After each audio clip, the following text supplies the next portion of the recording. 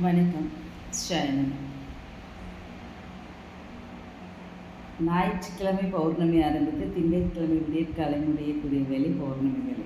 இந்த பௌர்ணமி வேலையில் எல்லாருமே கிரிவலம் வந்துட்டுருக்கீங்க. வந்துட்டுருக்கிறவங்களுக்கு இந்த பதிவை பார்க்குறவங்களுக்கு அடிக்கக்கூடிய யோகம் அப்படின்னா, நிறைய பேர் பண பிரச்சனைக்காக தான் நம்ம கிரிவலம் வந்துட்டுருப்போம். அந்த பண பிரச்சனையில் தீர்க்கவே முடியாத ஒரு பிரச்சனை இருக்குது எனக்கு, அதை எப்படி சொல்கிறதுன்னு தெரியல, மனசுக்குள்ளே ஒரு வேதனையோட கண்ணீரோடு அப்படியே கிரிவலம் வந்துட்டுருப்பீங்க பார்த்தீங்களா, அவங்களுக்கான உண்டான பதிவு தாங்க இது. யார் கண்ணில் இது இன்றைக்கி படுதோ அவங்களுக்கு இன்றைக்கி யோகம்னு நினச்சிக்கலாம்.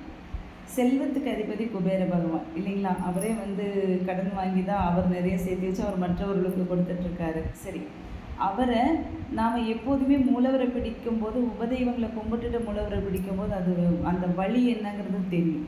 ஒரு படியாக ஏறி போய் மேலே சுவாமி தரிசனம் பண்ணும்போது அந்த வழி எல்லாம் பறந்து போயிடும். சந்தோஷம், அப்பாடா நான் பார்த்துட்டு எனக்கு ரொம்ப சந்தோஷம்னு சொல்லுவோம் இல்லையா, அந்த மாதிரி இன்றைக்கி நீங்கள் கிரிவலம் வரும் பொழுது இந்த மந்திரம் உங்களுக்கு கிடைச்சிருக்குன்னு அர்த்தம். ஓம் கும் கும் குபேராய நம.